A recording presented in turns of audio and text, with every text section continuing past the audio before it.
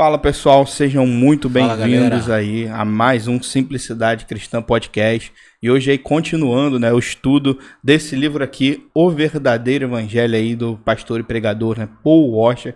Hoje iremos estar fazendo uma parte 2 do primeiro capítulo, né, que falamos ali da extrema pecaminosidade humana. Muitos irmãos aí gostaram, comentaram, nós já agradecemos aí a participação de todos lá no primeiro vídeo, mas ainda tem mais um pouquinho. Nós só introduzimos ali o assunto e para poder entrar um pouco melhor no assunto, queremos abordar ele de forma um pouco mais completa, então fazendo assim uma parte 2. E eu vou passar já para o Felipe, mas nos acompanha então nesse Simplicidade Cristã Podcast de hoje, após aí a vinheta. Está no ar Simplicidade Cristã Podcast.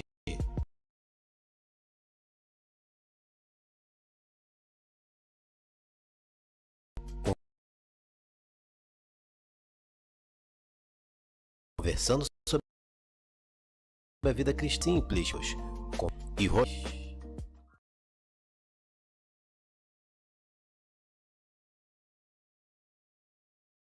É isso aí, pessoal. Voltando aqui para o nosso episódio parte 2, né?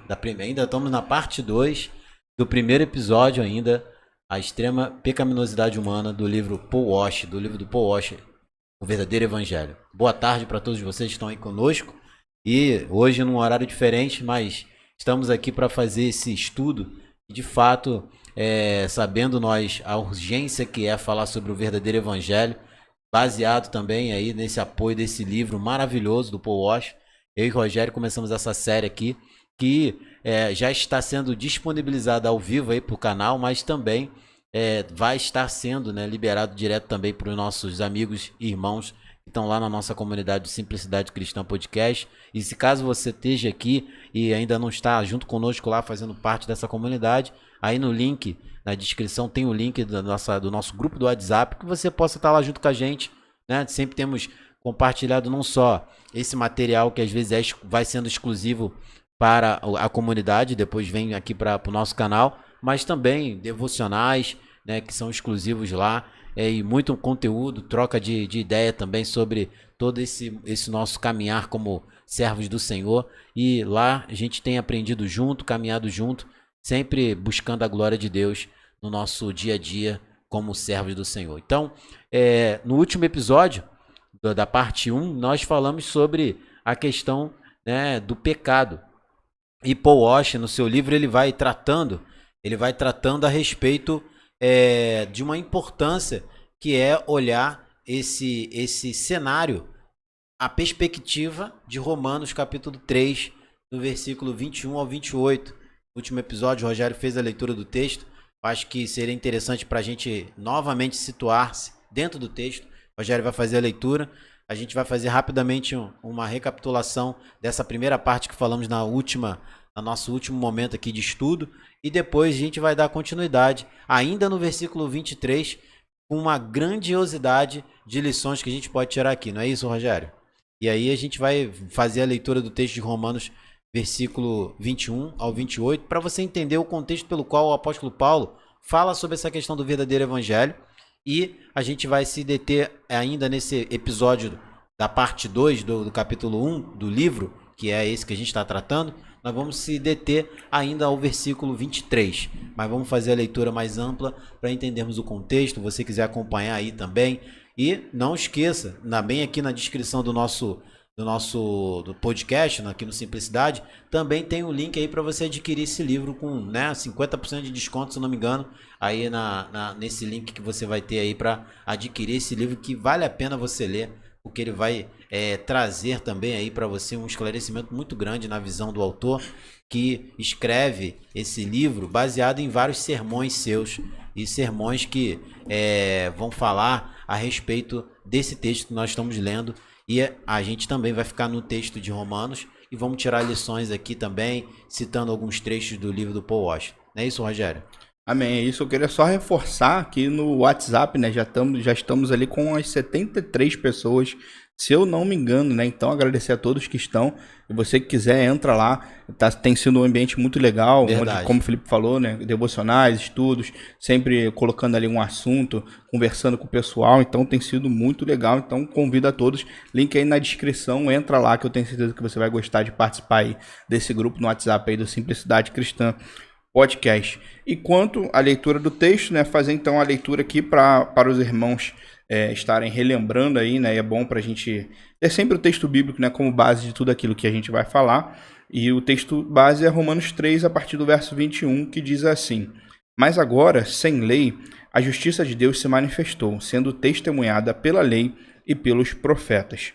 É a justiça de Deus mediante a fé em Jesus Cristo, para todos e sobre todos os que creem, porque não há distinção, pois todos pecaram e carecem da glória de Deus, sendo justificados gratuitamente por sua graça, mediante a redenção que há em Cristo Jesus, a quem Deus apresentou como propiciação no seu sangue mediante a fé.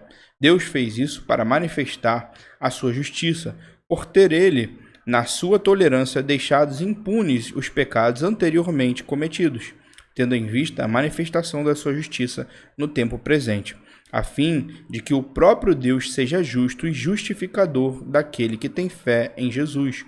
Onde fica então o orgulho? Foi totalmente excluído. Por meio de que lei? A lei das obras? Não, pelo contrário, por meio da lei da fé. Concluímos, pois, que o ser humano é justificado pela fé independentemente das obras da lei. Até aqui o 28, né? E como o Felipe falou, o texto base, né, no caso mais próximo que ele vai usar nesse capítulo é o 23, que é: pois todos pecaram e carecem da glória de Deus. Rogério, é muito importante, né, nessa leitura a gente entender que o apóstolo Paulo, quando ele vai falar isso, ele está falando sobre uma doutrina fundamental e crucial como um pilar da fé cristã, que é a doutrina da justificação pela fé. E ele deixa claro que nenhum de nós somos justificados pelas nossas obras, ou se somos aceitos por Deus por fazermos alguma coisa, por sermos melhor do que o outro, pelos nossos bens, por riqueza, mas pelo contrário. O apóstolo Paulo deixa claro que nós, todos nós sendo pecadores, se somos aceitos por Cristo, é por causa da sua graça, por causa do seu favor.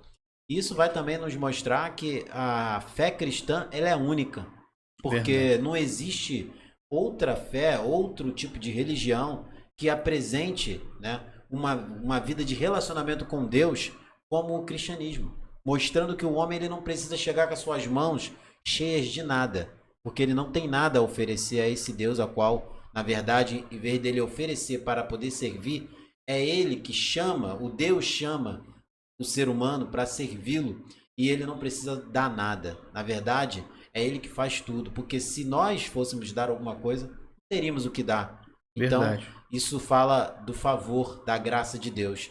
E corrobora ainda mais porque quando Paulo fala no versículo 23, todos pecaram, coloca o ser humano num pé de igualdade, né? Tirando esses assim que acham que são alguma coisa porque tem algo para dar a Deus ou ofertar a Deus. Na verdade, isso acaba mostrando que todas as suas coisas que eles podem dar, qualquer coisa que eles podem oferecer, não serve de nada, né? Se não for a graça de Deus a atrair o pecador, fazer com que esse se curve e reconheça os seus pecados para que possa assim ele servir a Deus.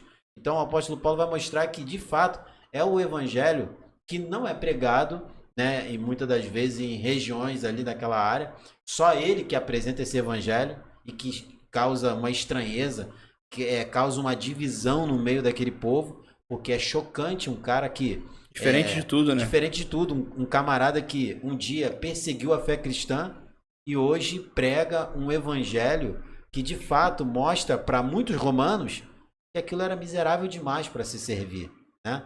O romano, ele se humilhar a tal ponto de não ter nada em troca para dar, não precisa dar nada, é humilhante demais essa fé. E Paulo, como um romano também, né, cidadão romano que tem toda essa questão por trás, ele entende que ele, com todo o seu entendimento, conhecimento, história, ele entende que nada disso seria possível ele poder oferecer para que pudesse servir a Deus. Esse é o evangelho da própria vida de Paulo. Por isso que ele denomina como o evangelho da obra redentora de Cristo. E assim eu creio que deve ter sido também, meio às pregações e estudos do Paul Walsh, ele denomina esse livro como o verdadeiro evangelho, porque ele prega algo em detrimento às coisas que têm sido pregadas, ele prega algo altamente diferente, inédito. Verdade. Né? Em meio à fé cristã, não é isso? É verdade. Algumas coisas que tu falou, é porque eu não sei se eu vou lembrar, mas tu falou umas coisas que são muito profundas, né? Primeiro, a respeito de que a fé cristã ela é diferente de tudo. Né? Primeiro porque ela não depende das obras. A gente vê nas outras religiões que tem que ter alguma coisa, né? Tem que ter um mérito, tem que ter algum esforço. Eu lembrei também dos deuses, né? Do Olimpo, ali, os deuses gregos, que alguns filmes até mostram que eles dependiam, dentro da história e tudo mais, eles dependem das orações, né, dos seus fiéis e tudo mais, até mesmo para se manterem. Eu já vi um filme que ele mostra um pouco disso, eu não lembro agora o nome, que as pessoas deixaram de adorar e de orar para os deuses do Olimpo, aqueles deuses gregos, né, e eles começaram a perder a sua força de Deus, que eles dependiam. E o que tu falou é muito interessante, porque o fato da salvação não ser por mérito também mostra que Deus não depende de nada do homem. E ele não perde sua força se o homem não adorar, né? É completamente por graça mesmo, e nada que o homem faça vai crescer ou diminuir Deus. É interessante isso, porque em muitas religiões os deuses precisam das pessoas. Eles se enfraquecem se não forem adorados, né? Venerados, né? Nosso Deus não. Ele é suficiente em si mesmo. E isso não mostra em nenhum momento soberba e orgulho da parte dele. Na verdade, mostra a sua misericórdia em permitir um homem que não tem nada a oferecer se aproximar dele por causa dele mesmo. Porque é ele que permite a gente se aproximar dele. Não somos nós que temos uma cartilha a seguir para poder assim ter o acesso a Deus. É ele que abre a porta do acesso e nos traz para perto dele e nos permite adorá-lo. E essa adoração, Rogério, não é uma adoração como muitas das vezes era feito para que pudessem também os seus súditos obter o favor dos seus deuses, né? Na verdade, a gente adorando a Deus ou não, Deus muitas das vezes é misericordioso, né? E nos permite, mesmo nós não adorando, mesmo nós não tendo temor como deveríamos ter, ele derrama da sua misericórdia, né? Nos permitindo pelo menos estar de pé. Porque se a gente olhar a grandeza do nosso Deus, é impossível um homem permanecer de pé sem uma reverência diante desse Deus. E quantas são as pessoas que dizem conhecer esse verdadeiro evangelho e estão servindo a Deus como se Deus fosse o seu empregado, né? Eles não mostram nenhum tipo de reverência, não mostram nenhum tipo de temor, nenhum tipo de gratidão, expressão a Deus. E a gente acaba vendo a dureza do coração do homem, de se curvar, de mostrar uma emoção, de mostrar, né, a sua devoção. Eu não estou falando emoção e devoção nesse estilo meio louco que a gente vê nos dias de hoje, que isso não tem nada a ver com Deus. Mas uma devoção de um coração que entende o tamanho daquele que está diante dele. E isso hoje vai mostrando o quanto a essência daquilo que tem sido pregado não é verdadeiro. Porque se as pessoas se apresentam diante de Deus com essa postura, isso só mostra que as pessoas não estão adorando um verdadeiro Deus. Porque se adorar um verdadeiro Deus é se manter sem reverência, sem temor, né? Muitas das vezes você vê as pessoas brincam na presença de Deus como se o nosso Deus fosse uma pessoa qualquer. Na verdade, o nosso coração deveria congelar de temor e tremor, né? Tremer, tamanha glória e a grandeza desse Deus que nos permite estar diante dele. Então é na postura também daqueles que dizem seguir o verdadeiro evangelho que a gente percebe se esse evangelho é verdadeiro ou não. Se o evangelho de fato é algo prático na vida desse que diz ser um verdadeiro cristão ou não. E o apóstolo Paulo ele coloca isso porque na verdade a vida dele exala esse verdadeiro evangelho, né? E por isso que ele é chamado de louco, ele é chamado de fraco, né? E ele fala que o evangelho é loucura mesmo, né? Para aqueles que seguem essa palavra.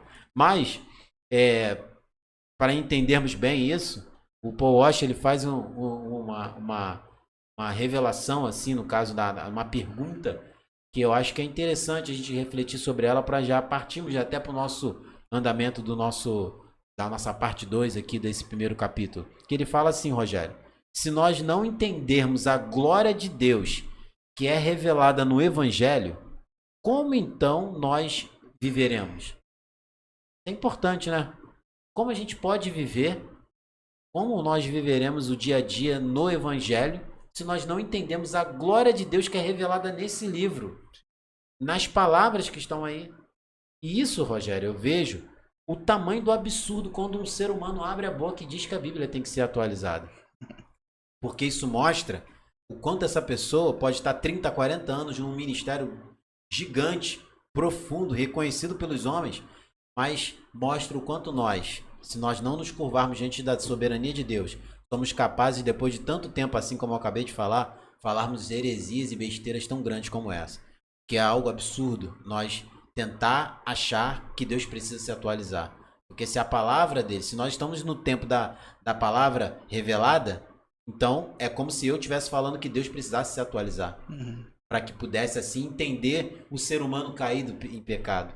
Ou, na verdade, somos nós que deveremos viver uma vida de santidade diária para entendermos melhor a glória de Deus. Né? Então, quem de fato conhece o Evangelho, né, vai entender a grandeza da palavra de Deus, porque a palavra de Deus é a própria revelação do Cristo ressurreto, escrita, né? E ela é suficiente para nós nos nossos tempos e para sempre, né? Então, devemos acrescentar nada, tirar nada e nem pedir para atualizar nada. Só viver o que já está escrito para a glória de Deus. Não é isso, Rogério? É verdade. Eu queria achar, né, porque agora eu não lembro de cabeça, né, mas tem uma passagem em Hebreus, se eu não me engano é Hebreus 2 ou é Hebreus 3, que fala que antes, né, Deus falou por meio dos profetas. Ao decorrer aqui talvez eu tente achar que Deus falou pelos profetas e hoje ele falou pelo Filho, né? Ou seja, é o que tu falou, o que está escrito, tudo que está escrito na palavra é suficiente, né? E às vezes a gente também faz isso, como tu falou, acha que tem que acrescentar, acha que tem que atualizar e não se satisfaz na suficiência da escritura, né? Ou procuramos coisas extra-bíblia e tudo mais, né? Quando de fato é o que tu falou, Deus se revelou e se revelou através da palavra de forma hoje suficiente. De forma que se nós não tivermos nenhuma experiência com Deus, pode acontecer, eu não excluo essa possibilidade, mas de forma que se eu não ver nada, nenhuma cura sequer acontecendo na minha frente, só a palavra de Deus é suficiente para manter a nossa fé, até porque Cristo mesmo fala, né? Bem-aventurado aqueles que não viram, mas creram. Né? Não que não possamos passar por ver alguma cura ou algo sobrenatural, né? Mas eu falo no sentido daqueles que buscam isso de forma como se fosse tudo. Eu mesmo passei um período da minha vida em que eu buscava as experiências espirituais e tudo mais como se eu dependesse daquilo. E quando eu entendi a suficiência da escritura, quando eu entendi que essas coisas podem acontecer, Deus ele pode curar hoje, pode fazer diversas coisas na minha frente, mas mesmo que eu não veja isso, a glória de Deus revelada nas escrituras, como você falou, né, é suficiente. Né? Aquilo que está escrito é suficiente. E às vezes a gente procura sempre esse algo a mais. Esquece disso, né? Da glória de Deus revelada nas escrituras. E sobre essa questão da extrema pecaminosidade, né, que a gente está falando, algo também que eu pensei aqui que eu achei interessante, é sobre as obras, né, quando ele fala lá no verso 28. Concluímos, pois, que o ser humano é justificado pela fé, independentemente das obras da lei. Dentro daquilo que o Felipe também, tu estava falando, né, Felipe? Isso mostra também por que o ser humano não é justificado também pelas obras da lei. Porque como é que um morto vai dar alguma coisa para Deus, né? Eu fico pensando, que obra um morto tem para dar para Deus? Nós estamos mortos, né, dentro do tema, a extrema pecaminosidade humana. Estamos completamente depravados. Como que nós vamos dar alguma obra para Deus, né? Nós não temos nem condição e nem Ele precisa disso, né? Então é interessante que quando a gente entende o verdadeiro evangelho de fato, a nossa percepção, o nosso modo de viver, a nossa vida toda muda e muda para melhor, né? Muitas coisas às vezes a gente passa, às vezes pessoas que acabam, como é que esqueci a palavra aqui?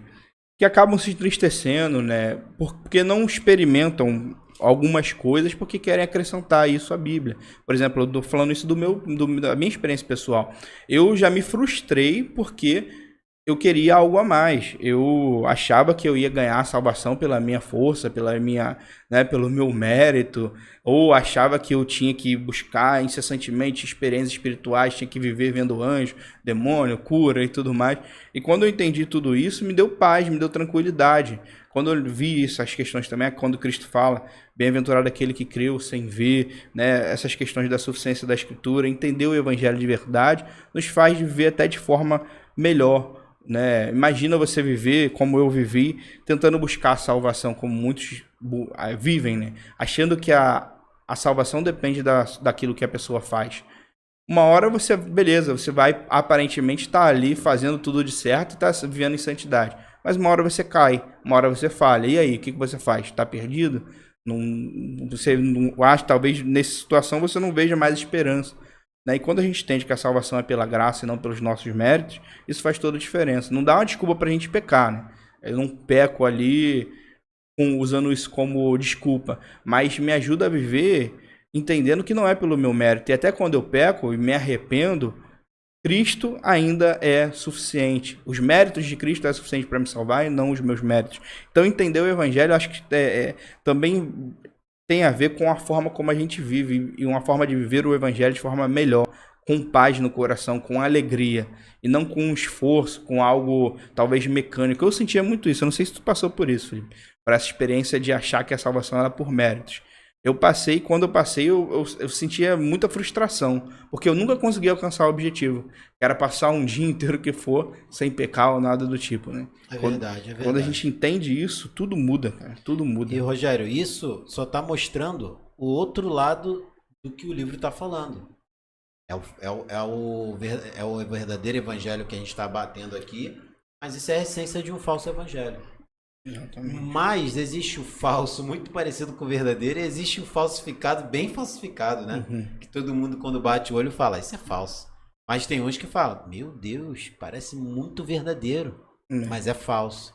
Então, o que acontece? A gente está falando desse evangelho que é pregado na maioria do nosso país, às vezes, e que tem uma essência muito próxima do verdadeiro. É verdade, muito mas próximo, confunde. O verdadeiro evangelho, ele jamais traz um peso, mas ele traz um alívio. Exato. Porque nós entendemos que nesse verdadeiro evangelho, todas as coisas são a partir da misericórdia e da graça de Deus. E quando nós olhamos isso à luz das Escrituras, vamos ver que o Antigo Testamento, graças a Deus que o evangelho é poder de Deus e é a graça de Deus, porque se fosse poder de Deus pela manifestação da ação do homem, o povo de Israel estava perdido. Verdade. Porque o povo de Israel nunca conseguiu manter essa ação para a manifestação de Deus agir. Toda vez que o povo de Israel tivesse de dar uma demonstração para que Deus pudesse agir, eles falhavam. Eles falharam com Adão, falharam com Abraão, com Moisés, falharam na época dos reis. E como falharam? Falharam na época da divisão das tribos. Né? Das regiões lá, dos reinos do sul e reino do norte, falharam nos pequenos profetas, falharam no Novo Testamento. Os discípulos falharam, andando com Jesus não sabiam. Então, se dependesse de Jesus dar uma atitude na manifestação da reação humana das obras do homem, Jesus ia ter que ficar aqui a vida toda esperando para poder manifestar o seu favor em prol do homem, se ele só pudesse manifestar o seu favor a partir de uma manifestação de uma obra humana. Graças a ele, que não é por causa disso. Graças a Deus, porque todas as coisas é totalmente uma aliança, uma ação unilateral, que não depende de nós, depende exclusivamente dele. E se depende dele, tudo vai acontecer. Por quê? Porque ele não falha. Ele falha, pelo contrário. Nós falhamos. Ele não falha. Ele age sabendo que é perfeito, sabendo que é o único Senhor. E nós, muitas das vezes, não conseguimos enxergar essa manifestação perfeita de Deus nas nossas vidas. Quantas são as vezes que em situações nós achamos que o Evangelho falhou conosco? Porque a palavra de Deus diz uma coisa e a gente não recebeu aquilo. Leitura errada do Evangelho. Né? Por isso que a gente está falando que tem muito evangelho sendo pregado que é muito parecido com o verdadeiro.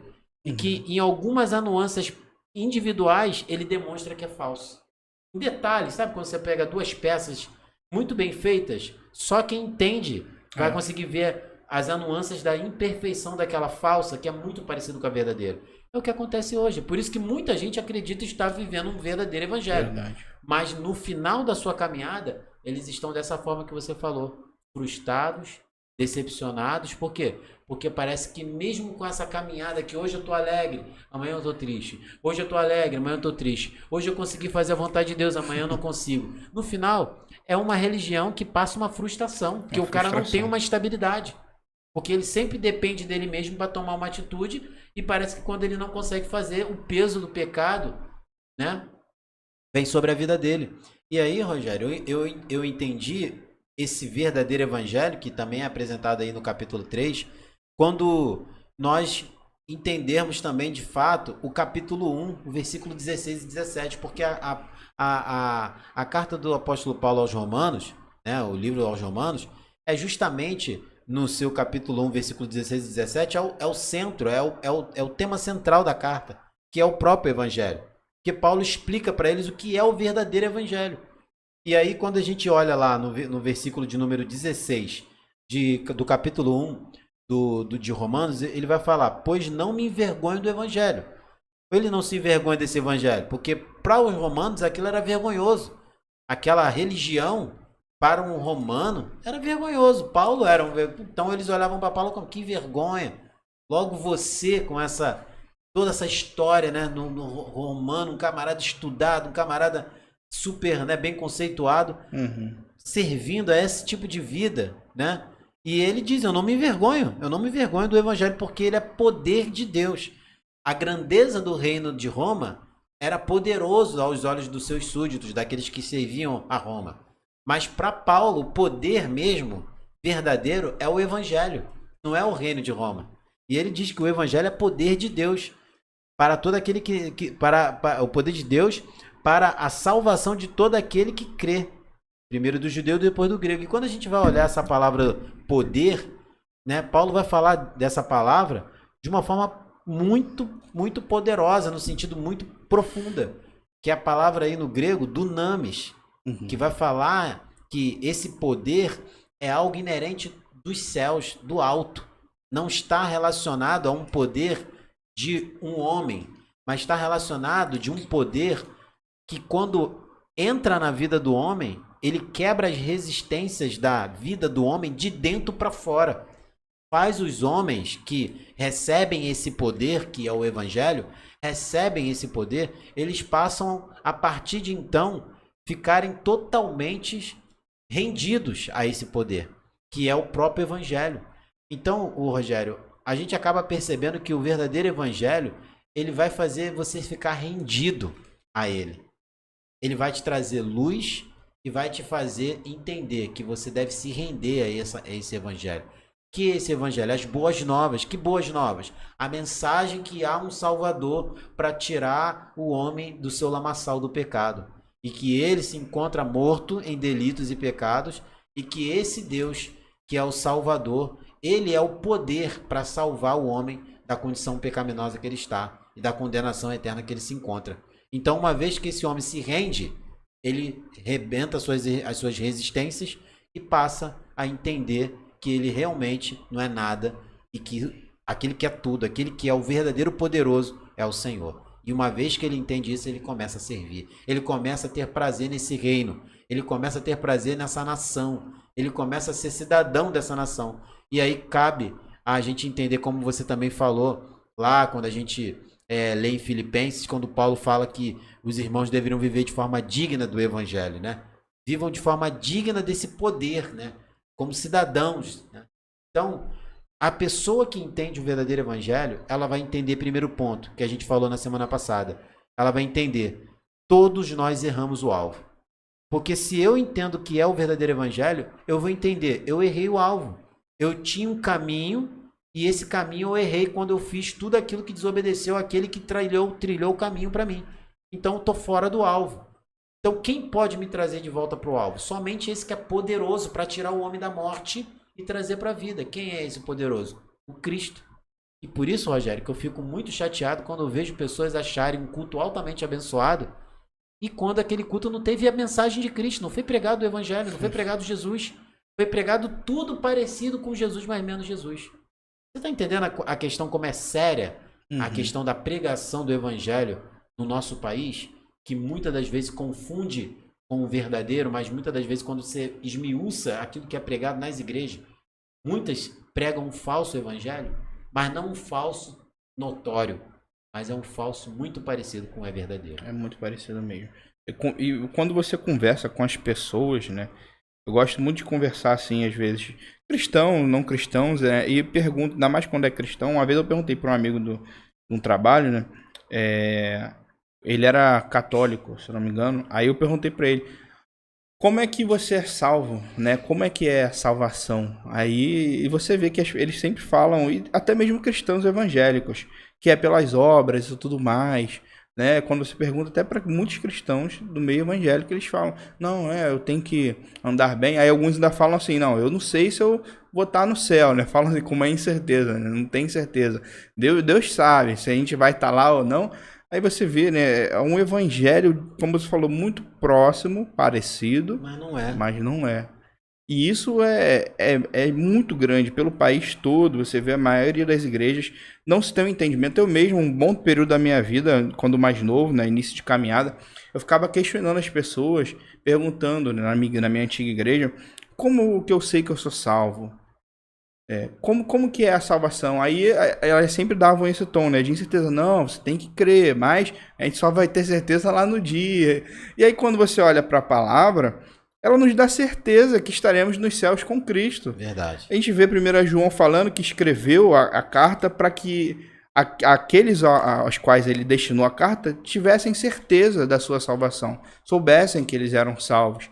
A gente vai ver em Romanos, né, Paulo falando o tempo todo sobre quando ele fala sobre salvação, inclusive lá em Romanos 8, né, no capítulo 8, ele fala de uma forma que ele tem a certeza que ele vai estar com Cristo, né? Quando ele fala lá o morrer é Cristo, né, e o viver é lucro. Viver é lucro. Então você vê os autores bíblicos e a palavra nos dando uma certeza imensa que nós estaremos com Cristo. Mas por quê? Porque os méritos não são nossos. Quando a gente entende que os méritos não são nossos, é por Cristo, eu posso viver bem e morrer bem. Eu posso morrer sabendo que eu vou estar no céu, porque não é pelos meus méritos. É verdade. Né? Foi aquela... Cristo mesmo deu essa certeza. No ladrão da cruz, quando o ladrão entende quem é Cristo, se arrepende, Cristo fala, hoje você vai estar comigo no paraíso. Deu uma certeza absoluta para ele. Então, e você vê que às vezes não tem, né, essas pessoas que não entendem o evangelho de verdade. Elas ficam naquela, não, a gente não sabe, né? Eu não sei se eu vou ser salvo ou não. É porque não entendem de fato o evangelho, acham que é pelo seu mérito. E aí, de fato, nunca vão ter certeza. Porque porque a pessoa olha e fala, não sei, porque ela tá pensando aqui. Ontem eu peguei, exatamente. Mas se de repente você fala num dia que ela tá bem espiritualmente, jejuou, pode ser que ela não, eu vou pro céu. Porque ela tá olhando a sua vida como um mérito próprio. Não olhando para os méritos de Cristo. Exatamente. E isso traz uma paz quando a gente olha os méritos de Cristo. Irmão, muita não paz. Traz relaxamento, Rogério. Exato. Muita gente acha que então quando eu sei que é tudo Cristo, então então tá... não preciso fazer mais nada. Pelo contrário, é aí que a gente quer fazer. Exato. Para poder, com isso, glorificar o nome dele, né? Tipo, já que eu não posso fazer nada para ser salvo, então eu acho que eu posso fazer alguma coisa para agradecer, né? Exatamente. Como pregar, como gratidão. Viver de forma digna desse evangelho. Isso é uma forma que a gente pode viver dessa forma como um agradecimento de tudo que ele faz na nossa vida. É o mínimo que a gente deve buscar diariamente com a ajuda dele a fazer. Porque nem sozinho a gente consegue. Sim. Por isso que a gratidão, ela está relacionada diretamente com a santidade, né? Verdade. O Evangelho de 1 João, ele fala que nós iremos pecar. Tanto que ele fala, se alguém diz que não peca, é mentiroso. Mas ao mesmo tempo ele fala também que o Filho de Deus não vive na prática do pecado. Ou seja, não é porque eu sei que eu vou pecar que eu vou viver na prática do pecado. Pelo contrário, o que faz isso demonstra talvez um indício que nem cristão ele não entendeu o evangelho de verdade. Pelo contrário, eu vou, de forma a ficar tão agradecido por aquilo que foi feito por mim sem merecer, eu vou ter que viver, eu vou necessariamente expressar aquilo em gratidão. Então vou fazer por amor. Aí você vê a diferença do fazer por obrigação, fazer por esforço para alcançar a salvação, do fazer em gratidão. é muito diferente, isso traz uma paz imensa.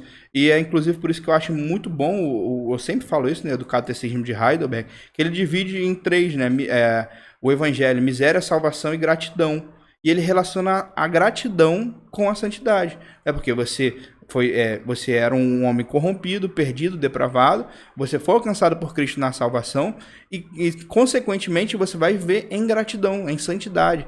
Então, é um viver em gratidão. Isso, para mim, faz toda a diferença. Não é por obrigação. É lógico que a gente tem a lei de Deus que nós temos que cumprir, mas é diferente, o peso é diferente, né? E parece que quando você não entende isso, algo muito pesado, frustrante, e de fato ninguém consegue cumprir toda a lei de Deus perfeitamente. E Cristo vai falar, né, que o meu jugo é suave. E aí quando você entende isso, você fala, é lógico. Antes eu não entendia. Quando eu olhava a passagem de Cristo falando, meu jugo é suave, eu tentando alcançar a salvação igual um doido, orando mais de uma hora, querendo orar, né, tentando orar mais de uma hora para alcançar a salvação. E se eu orasse menos, caramba, não foi bem. Aí eu pensava, pô, como que o jugo de Cristo é suave? Eu tô aqui me matando para alcançar essa salvação que eu nunca consigo alcançar. E aí quando você entende a salvação, o evangelho de verdade, você entende de fato. O jugo é suave e é muito leve, porque não sou eu que carrego ele, é Cristo, né? Amém. Não sou eu, não é pelos meus méritos, então é muito suave de fato mesmo. E quando você entende, a tua vida muda. Eu acho que a nossa vida muda completamente. Queria só ler aqui para não ficar jogado, como eu falei, a passagem de Hebreus está aqui no versículo 1 e eu não estava achando, estava procurando lá para trás, né? Quando eu estava falando da suficiência da palavra, fala assim, Hebreus do capítulo 1, a partir do verso 1. Antigamente Deus falou muitas vezes, de muitas maneiras, aos pais, pelos profetas. Mas nestes últimos dias nos falou pelo Filho, a quem constituiu o herdeiro de todas as coisas e pelo qual também fez o universo. Né? Ou seja, nesse último dia ele falou pelo Filho, através das Escrituras. Só para os irmãos aí ficarem situados do texto que eu tinha falado. Hebreus 1, do verso 1 até o verso 3. Eu acho que é importante, Rogério, deixar essa verdade para sempre aqui, bem registrada. E se encontra também no livro do Paul Washer, na página 19, que ele vai falar uma coisa importante, corroborando com isso aí que você acabou de falar. Não há nada mais grandioso na vida cristã do que o Evangelho. Nunca haverá nada mais grandioso do que o Evangelho. E não há poder para salvar a parte da pessoa caída em pecado se não for o Evangelho. Então, a gente acaba vendo que, de fato, o que nós precisamos, todos nós precisamos, da revelação da glória de Deus na face de Cristo Jesus. E essa revelação da glória de Deus na face de Cristo Jesus é pelas Escrituras.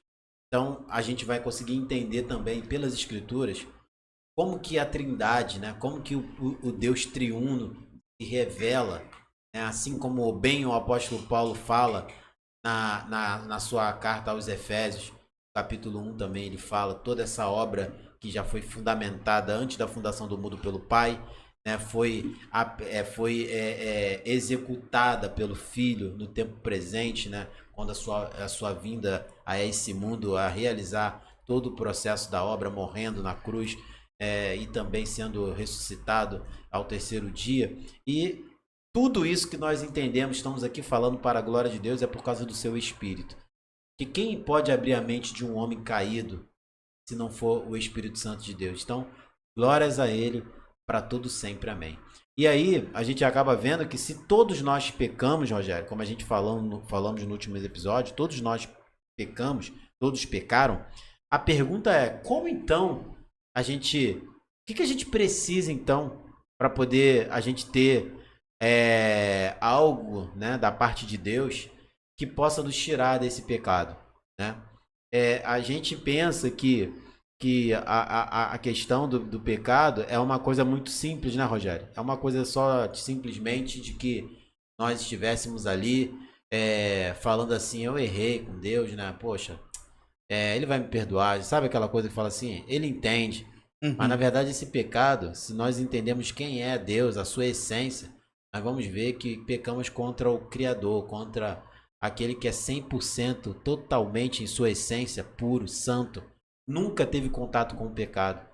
E quando nós pecamos em Adão, né, mas também todos nós temos essa raiz, tínhamos em Adão a oportunidade de ouvir a sua vontade e permanecer, mas o homem deliberadamente preferiu o seu orgulho, né, a sua vaidade e desobedeceu a Deus. E todos nós, a partir de então, temos essa inclinação, esse desejo pelo pecado. E a realidade é que se todos nós pecamos, então carecemos de alguma coisa para que possamos, a partir dessa coisa, dessa ação, assim a gente possa viver, né, lutando mais ativamente contra o pecado. Porque, de fato, é uma luta que não tem como vencer. Porque está todo mundo morto. Como é que você vence? Como é que um morto pensa em querer se levantar da túmula e se tornar vivo? Então, tem que ter uma ação externa dos céus, porque nenhum homem pode ressuscitar um morto. Então eu não posso ressuscitar um parente, um amigo, uma pessoa próxima. Eu e você não podemos nos ressuscitar espiritualmente falando, porque a gente não tem poder em nós mesmos, não somos nada. Mas só alguém que tem poder em si mesmo, na sua essência, para poder, uma palavra, tirar o homem da morte e trazer para a vida. É o que vai falar no segundo tópico. Mas antes, o Paul Washer, ele fala uma parte interessante do capítulo, na página 30 desse livro, ele abre aspas e vai falar assim: alguém pode retrucar que nunca odiou a Deus, mas ele não percebe que, se isso fosse verdade, a Bíblia estaria mentindo para nós. Absolutamente todo homem odiou a Deus em seu estado não convertido, porque a Escritura declara que outrora éramos inimigos. E quando fala lá em Colossenses capítulo 1, 21, fala isso. Éramos inimigos de Deus. A nossa inclinação é para ir contra tudo que é a vontade de Deus. Então, o que eu quero dizer aqui para a gente entrar na segunda parte do capítulo 23? Se todos pecaram, então o que nós carecemos? De uma ação poderosa dos céus, que é o que a gente vai ver aí no versículo 23, na segunda parte. Pois todos pecaram e carecem da glória de Deus. E aí, Rogério, a gente tira mais um ponto aqui para a gente caminhar já para essa segunda parte e fechar esse capítulo 1 do livro, que vai falar assim: todos nós carecemos da grandeza de Deus por meio de Cristo Jesus. Então, sabe o que a gente precisa entender nessa questão de captar o que é o verdadeiro evangelho? Rogério, muitas pessoas têm ouvido o evangelho, mas não têm ouvido Jesus. Como isso? É o que a gente diz. O falso evangelho fala de Deus também. O falso evangelho fala que alguém morreu. O falso evangelho fala também que existe um homem que veio à terra, que fez uma obra boa para ajudar o homem. Sabe, você está entendendo como é que a gente está vendo Jesus sendo diminuído na sua glória? Como assim tentaram fazer com Jesus em Colossenses? E o apóstolo Paulo, para retrucar esse falso ensino, essa heresia que estavam tentando quebrar a igreja de Colossos, ele fala o quê? Ele eleva a soberania de Deus por meio da apresentação da pessoa e da obra de Cristo. E é isso que eu tenho dito, que esse verdadeiro evangelho ele é tão único que ele consegue ser muito claro em vista até mesmo daquele que é muito parecido com o verdadeiro evangelho. Porque é só você olhar, muitos evangelhos são pregados, só fala de Deus. Mas a pessoa de Jesus é falada como um alguém abaixo de Deus, que foi importante, que ama todos, e que mesmo que você não faça nada, né, não tome uma atitude, você continue no pecado, ele vai te amar e você pode vir do jeito que tá. Ele não abre mão de ninguém, porque o mais importante que Jesus prega é o amor. Olha só, o evangelho pregando Jesus. Só que é um evangelho que não é o verdadeiro. E aí, quando a gente entende que todos carecem da glória de Deus, vamos entender que a situação do homem é tão profunda que o pecado afetou todas as áreas da vida do homem. Isso não se prega nas igrejas que pregam esse falso evangelho parecido com o verdadeiro. Porque eles não afetam as outras áreas. Por isso que aceitam todo mundo do jeito que está. Porque o verdadeiro evangelho fala, não, Jesus te ama sim. Mas ele te ama tanto que você é um pecador, mas para que você se aproxime dele, você tem que tomar uma atitude. Claro que essa atitude que esse homem vai tomar é simplesmente uma resposta que ele vai dar à manifestação do evangelho na vida dele. Então, essa pregação, ela confronta e não afaga. Não sei se você pensa assim. Mas o Paul Washer, ele começa a mostrar que a profundidade de quando ele diz, o apóstolo Paulo diz, carecem da glória de Deus, é algo tão profundo que o homem não pode suprir essa carência. As drogas não podem suprir essa carência. A falsa religião não pode suprir essa carência da glória de Deus. Só o verdadeiro evangelho, que é o próprio Deus, que é o poder que entra nas entranhas do homem, mostra a sua própria imagem pecaminosa na frente do espelho da vida e faz com que ele entenda: eu sou um pecador, preciso realmente desse Salvador para me salvar e me tirar dessa situação de pecado. Esse é o verdadeiro evangelho.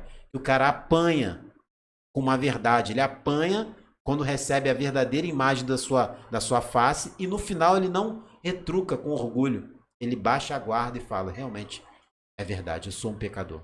Aí começa o poder de Deus se manifestar na vida desse, que pelo qual reconhece o seu pecado. Mas até a página 1 aí, a gente vê quase tudo muito parecido com o verdadeiro evangelho. Verdade. Né? E aí, essa é a pergunta que eu faço para você. Como é que você entende essa visão que o Paul Washer coloca quando ele fala carecem da glória de Deus? Né? Parece que é um grito, né, que o apóstolo Paulo coloca, né? É interessante isso que tu falou. Primeiro essa parte que foram afetadas todas as áreas, né? E aí a gente vê a resposta para diversos problemas, doenças e tudo que a gente tem, né? Tendências a algum pecado, tendências a vários pecados, né? Diversas pessoas têm, cada um tem uma fragilidade, e a gente vê que de fato isso acontece por conta do pecado, porque todas as áreas foram afetadas, seja cognitiva, seja física. Aí a gente vê um motivo de às vezes pessoas nascerem com disformidades, né, até no corpo, todas as questões de doenças e tudo mais, porque de fato todas as áreas foram afetadas pelo pecado, né? E essa carência, né, que o Felipe falou, é verdade que a gente vê isso na vida principalmente eu vejo muito isso na vida de cristãos que eram, por exemplo, famosos. Eu tenho um que eu gosto muito, que é o Rodolfo Abrantes. O testemunho dele é muito legal, é muito bom mesmo. Rodolfo Abrantes, para quem não conhece, né, ele era o vocalista daquela banda, né, do Raimundos, e tendo em vista a fama dele, o dinheiro que ele tinha, ele experimentou de tudo nesse mundo. Drogas, mulher e várias coisas, né, festas, ele mesmo fala. E você vê na fala dele que de fato ele só encontrou algo que satisfizesse essa carência quando ele encontrou Cristo. Ele se afogava nas drogas, se afogava na bebida, se afogava em festas e tudo mais. Quando ele encontra Cristo, essa carência é satisfeita de fato. Somente a face de Cristo, né, pode nos satisfazer. A gente vê isso claramente na nossa própria vida, quando a gente vive anteriormente, quando a gente olha para a nossa vida pregressa, nossa vida passada antes de Cristo. Eu, pelo menos, com certeza tinha muito disso, de buscar, né, nesse mundo, nos prazeres e tudo mais, um sentido. E você vê que no fim das contas aquilo não faz sentido, no fim das contas aquilo não supre essa carência. Mas quando você encontra Cristo, tudo perde o sentido, esse mundo de prazer e tudo mais. Não estou aqui dizendo que o cristão não pode desfrutar de coisas boas, de ir para uma festa boa, né?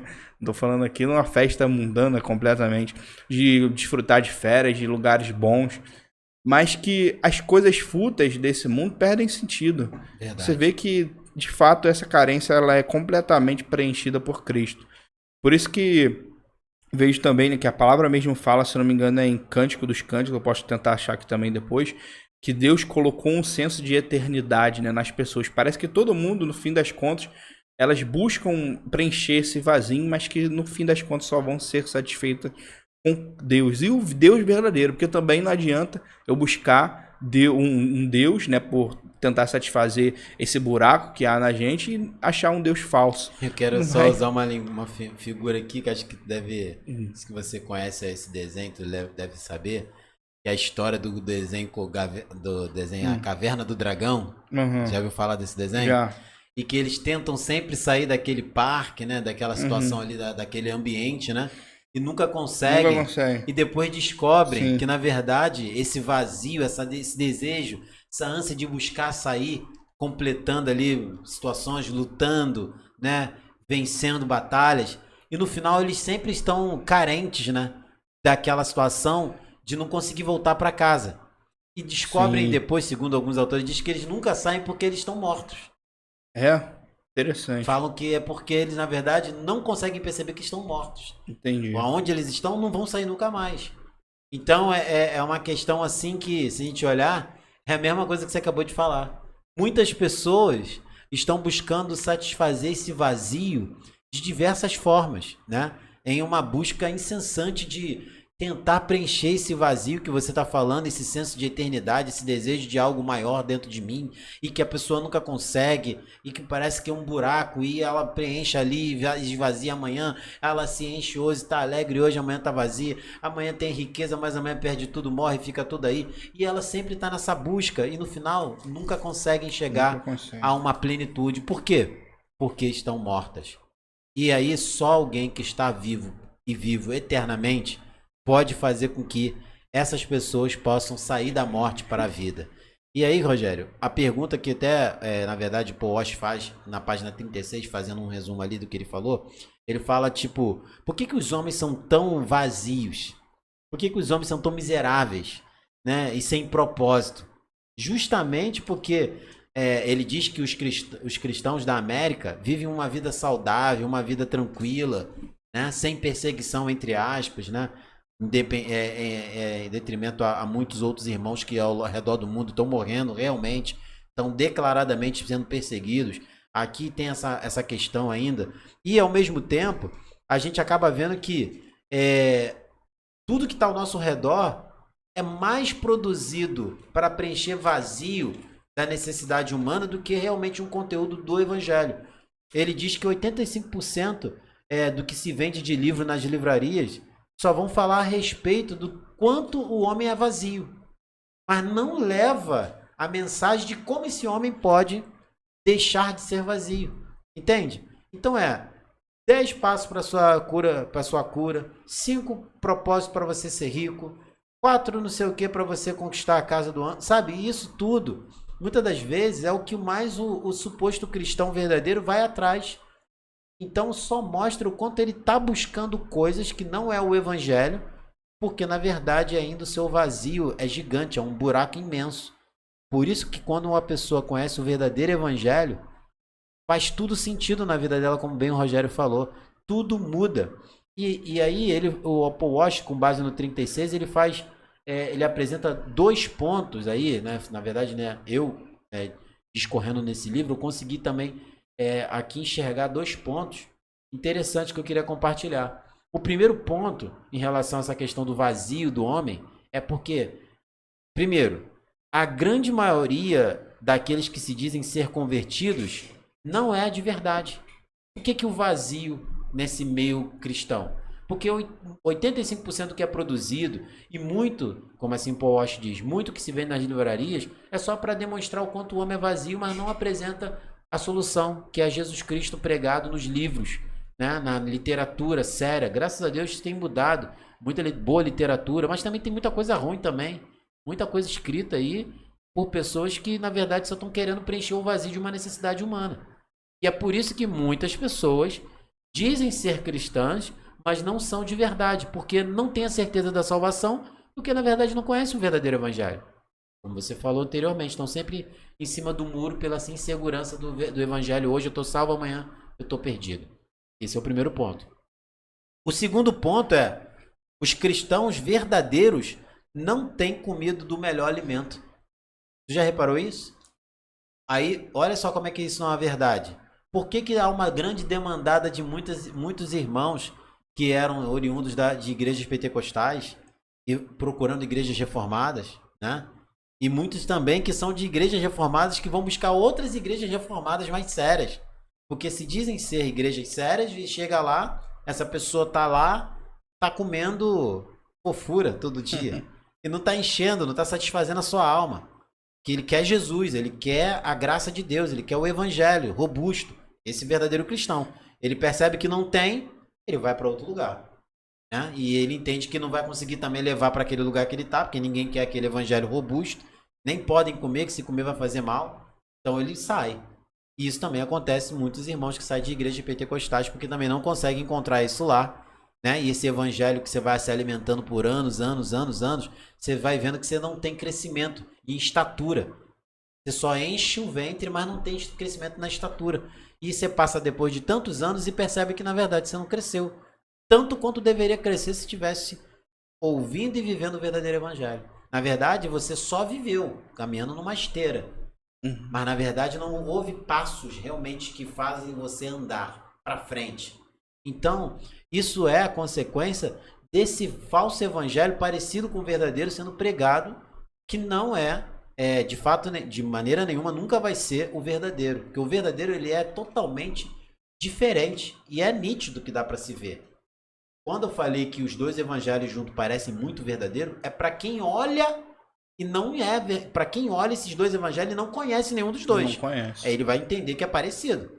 Mas aquele especialista que olha o verdadeiro, que conhece o verdadeiro evangelho, ele sabe que qualquer outro que é colocado de pé de igualdade, ele percebe as imperfeições. Percebe na hora. Na hora. Por isso que ele não consegue parar em certos lugares, porque ele percebe que aquele lugar não é pregado o verdadeiro evangelho. Verdade. Então, eu termino a minha fala aqui, Rogério, pensando basicamente, antes de você fazer a leitura, até para a gente já caminhar para o final desse bloco, é uma aplicação que eu acho que a gente deve pensar a respeito disso para a nossa vida diária, prática como cristãos.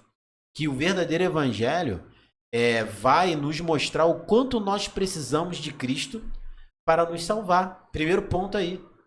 Pois ele vai apresentar, o verdadeiro evangelho vai apresentar quem nós somos, quem Deus é. Então, quando nós estamos num local ouvindo uma palavra de Deus, que supostamente é de Deus, mas só mostra quem nós somos, né? Bons, filhos de Deus, né? O espelho de Deus, o ouro de Deus, né? A preciosidade de Deus, mas não mostra quem Deus é, porque quando o homem é o ouro, como o homem é o bom, quando o homem é o espelho, quando o homem é tudo isso, Deus é o quê? Deus não precisa ser mais nada, porque o homem é tudo. O homem já está no centro. Só com essas palavras que eu falei aqui, aparecendo, colocando eu e você numa cadeira, botando a coroa, colocando as vestes, e a gente sendo um Senhor. Agora, o verdadeiro evangelho apresenta eu e você caídos, chorando, na miséria, estendendo a mão, contando com a graça desse Salvador para esticar a sua e nos tirar daquele lamaçal que ele nem era para esticar a mão limpa, pura dele, para nos pegar pela mão e nos levantar. Mas ele não só nos pega na mão imunda que a gente tinha, mas ele também nos dá uma veste nova, nos dá um nome novo.